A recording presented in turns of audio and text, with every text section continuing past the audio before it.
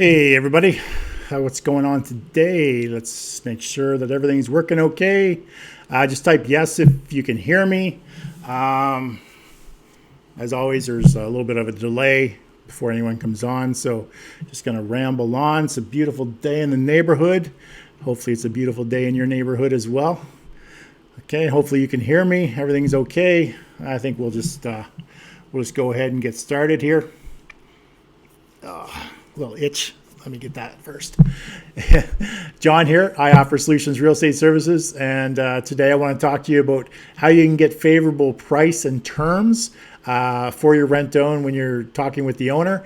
And the main thing we're going to focus on is a question that keeps popping up whenever I talk about rent-own with individuals looking to get into it, and that's what are the things that they need to negotiate with with the owner, negotiate on with the owner. What are those things that they need to negotiate? Brain fart. What are those things they need to negotiate on with the owner? But before we get started into any of that, before we get started in the video, which is, like I said, it's about negotiating favorable price and terms on your rent-own. If you're really serious about getting into getting into a home today and qualifying in the future, then you might want to check out my book, How to Buy for $100 Down, even when the banks say no. So if that's of interest to you, head over to buyfor100down.com. Grab yourself a copy. That's buyfor100down.com. All right, so let's get things rolling here.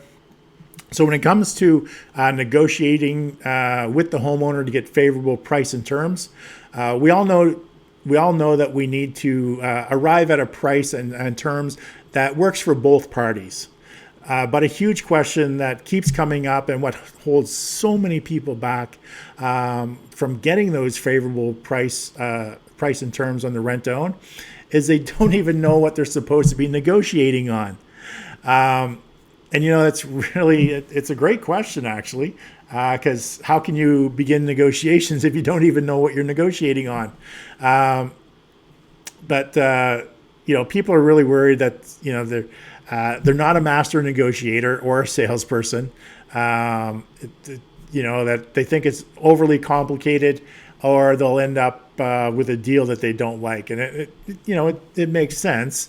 But here's the thing. Well, one of the things is I am not a master negotiator, nor am I a salesperson. I'm a very proud introvert. But there's 5 things that when it comes to rent-own, there's only 5 things that need to actually be negotiated on when you're dealing with the homeowner. Okay. Now, the first thing is you need to negotiate on the monthly payment. So how much rent and how much of the monthly payment is going to go towards your future down payment. So the first thing you need to negotiate on is how much are you going to pay every month? What portion of that's rent, one portion of that's going to your down payment. The second thing is obviously the sales price of the house. So how much you're going to buy the house for at the end of the rent-own term. The third thing is how much down payment is the homeowner going to want at the time that you sign contracts with them to take over their home for a rent-own? How much money are they going to want down? Fourth thing is, what's the value of the repairs and maintenance that each party will be responsible for? Because typically in a rent-own, the person living in the home is responsible for, say, everything up to X number of dollars, and anything over and above X dollars per instance, the homeowner typically looks after. So what is that value going to be? And the fifth thing is how long is the rent-own term going to be? Which is very important. It's definitely something that you need to know before you even enter into any type of agreement. So I'm going to tell you a little story about all this in a sec. But if you're just jumping on, I've written a book. Maybe you'd be interested in. It's How to Buy a House for $100 Down, even when the bank says no. So if you're really serious about getting into a home today, and the bank has turned you down from qualifying for a mortgage, and you actually have the income for a home, and you have a little bit of a down payment, then this is something that may interest you. So it's buyfor100down.com. Head over, grab yourself a copy. And if anyone's watching this, if you could do me a huge favor, just type that website into the into the comments section. It'll just make it easy for everybody. So it's buyfor100down.com. That's greatly appreciated. All right. So I can remember back in 2009. Fortunately, I can still remember it. I have a terrible memory, but I can distinctly remember negotiating with an owner on a property. It's one of the first. It's the second property I actually took over, but for whatever reason, for the reason will become clear. It's one that actually sticks out in my mind. The owner's name was Florence, gentleman. It's Florencio, I think, is his real name, Florencio. I just called him Lawrence. His house is on the west end of Edmonton. So I ended up getting his house. And like I said, it was the second house I've ever negotiated on for my rent-to-own business.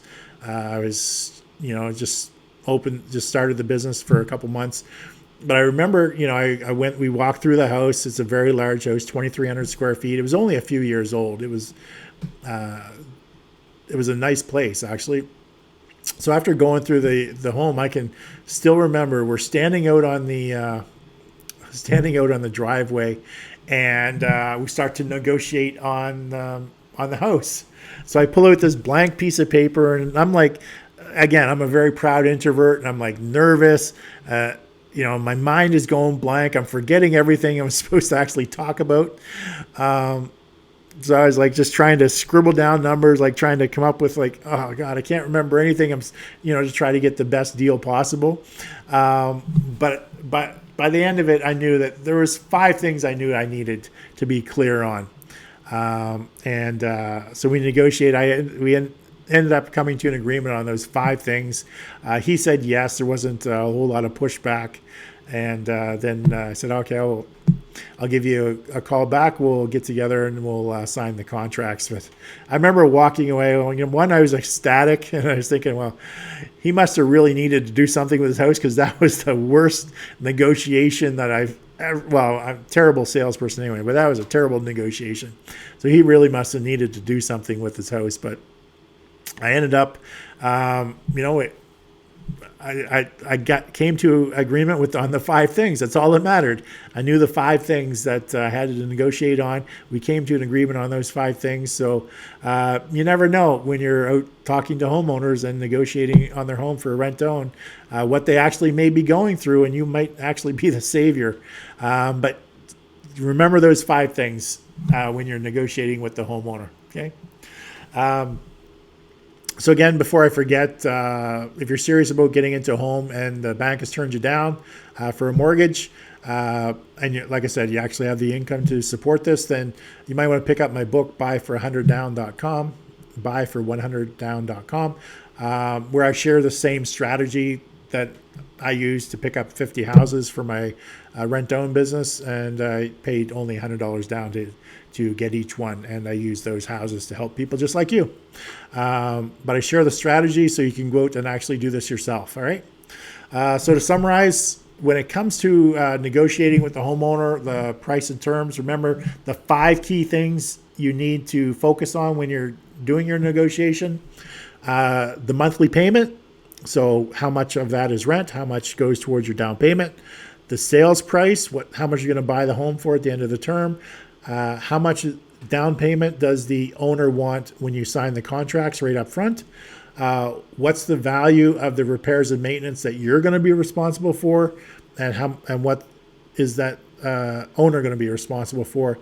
And how long is the rent owned? So those are the 5 key things that you need to remember. Like I said, if your mind goes blank and you're profusely sweating and you're anxious and you're an introvert like me, just remember those 5 things, and you'll come out a winner. So once again, to summarize, part of the getting into home ownership when the bank has turned you down for a mortgage. If you know anything about rent-own and you've been following me along, there's 3 big things that you need to focus on. You need to attract the homeowner. You need to negotiate a fair price and terms with the owner, and you need to sign contracts with the owner. Those are the 3 key things to getting into home ownership when the bank says no. So to summarize, today we're talking about negotiating a fair price and terms with the owner. So here's the thing, it's relatively simple. So try not to make it too complicated. Like me, like I said, a piece of paper, and just remember those 5 things. Don't overcomplicate it. You don't need to be a master negotiator by any means, because chances are the homeowner isn't either. So just stick to coming to an agreement with the owner on those 5 things. All right. So thanks again, everybody. Thanks for joining me today. If you have any questions, just leave them in the chat, type them in the chat, and me or the team will get back to you with the answers. And again, before I go, if you're really serious about getting into a home and the bank has turned you down, if you want to use the same strategy I did for getting houses, I picked up 50 houses, $100 down each house. Then head over to buyfor100down.com. That's buyfor100down.com. Pick up a copy of my book, and hopefully it'll help you out. All right.